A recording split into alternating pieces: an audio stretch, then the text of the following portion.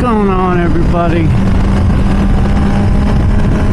I thought with the sun setting on what might possibly be the last warm day of the year here in the Northeast, I think I'm going to do a 5 things video.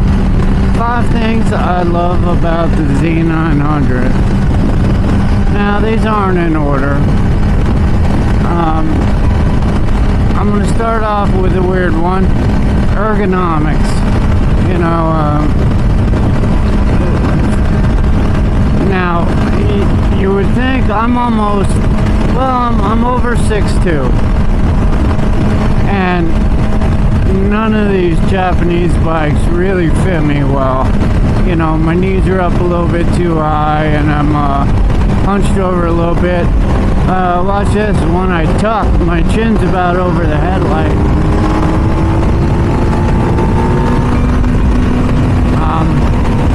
But what I like about the ergonomics of this bike is the way it's designed. You really feel like you're sitting in the bike. And I had one other bike that was like that. It was a Ninja 600 years ago. And I just love that feeling. It feels like you're part of the bike. Like the bike's, you know, part of you. Just the way your knees are grasping the sides of the tank. And I just love that feeling. And it's one of the reasons why I picked this over a MT-09. There's others. I'll bring that up in a minute. Next thing, the power and the torque. I mean, it's a 958cc bike, and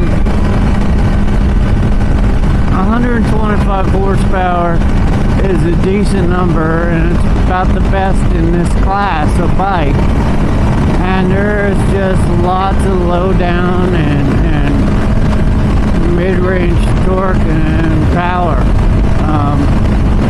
You know, and after I get done flashing it and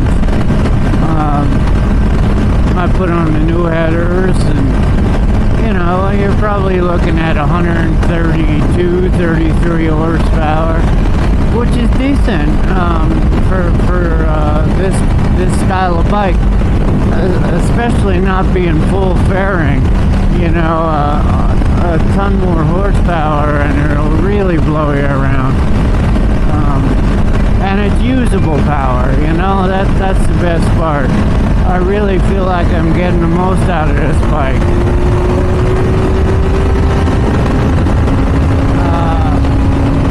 Number 3 is just the stability.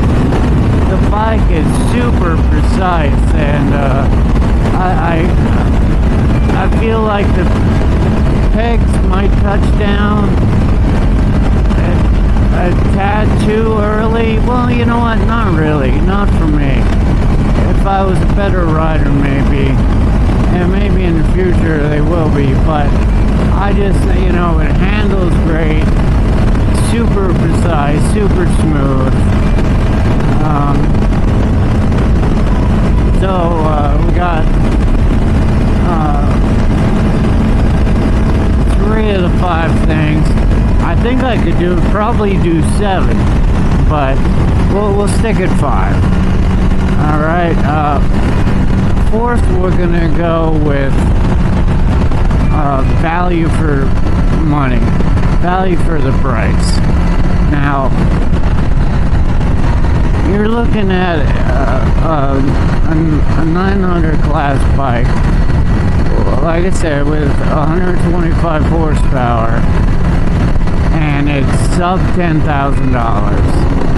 I mean, that's pretty incredible for everything you get. And you know, they're going on sale.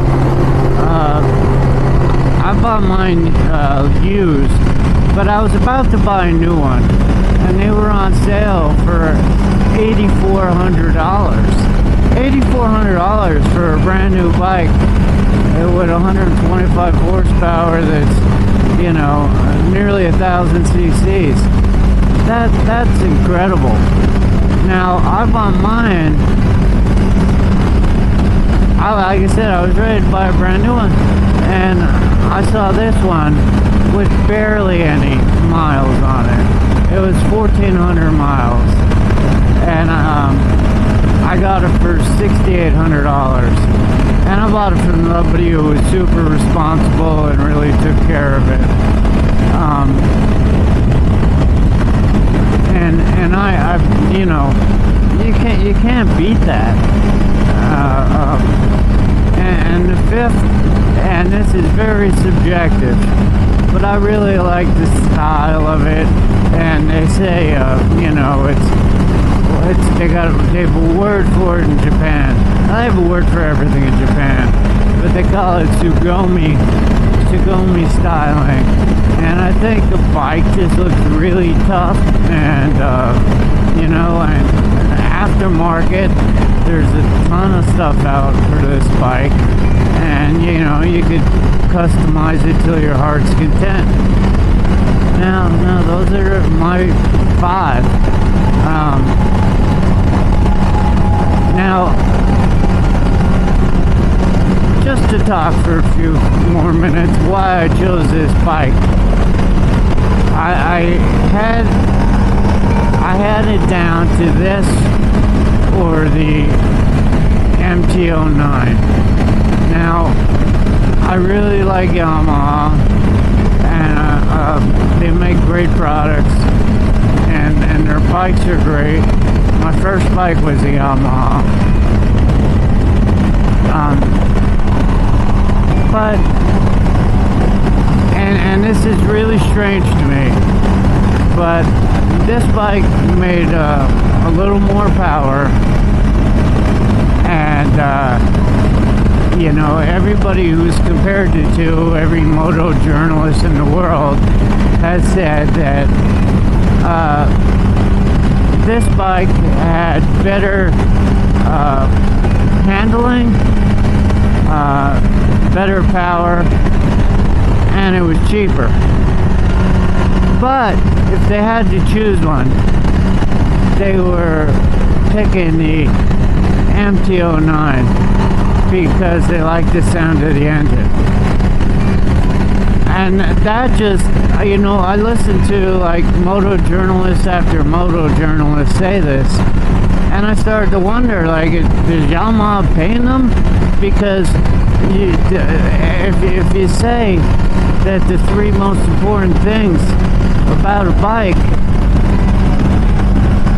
aren't the most important reason to buy it, you like the sound of it. I love the sound of Harleys, but I wouldn't compare this to a Harley. You know, that made no sense to me. And they also said that bike, it feels like you're perched on top, and it doesn't handle as well. It's not as stable.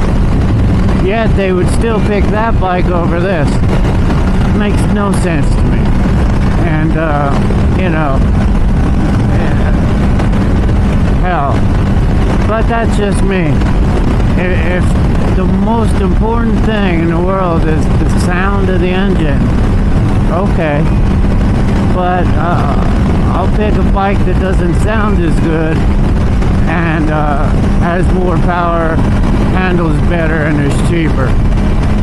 Hell, just putting a slip-on this bike made it sound a lot better. It's got a nice lower, deeper note and a little D-cell pop. And once I get the headers, I think it's going to sound great. Sure, it won't sound like the MT-09 triple, whatever it is, cross-plane or whatever type of engine that is. But, hey, that's just me. While we're on the subject, I watch all the reviews of new bikes, and I'm gonna get 1,000 at some point, and I want to have fully fared 1000cc sport bike. And I keep watching people review them, and they'll review the S1K, BMW's S1K, and they say it's kind of like this bike. They'll say it's the best of everything, the best handling, the most power, the smoothest shifting, you know, all of this stuff.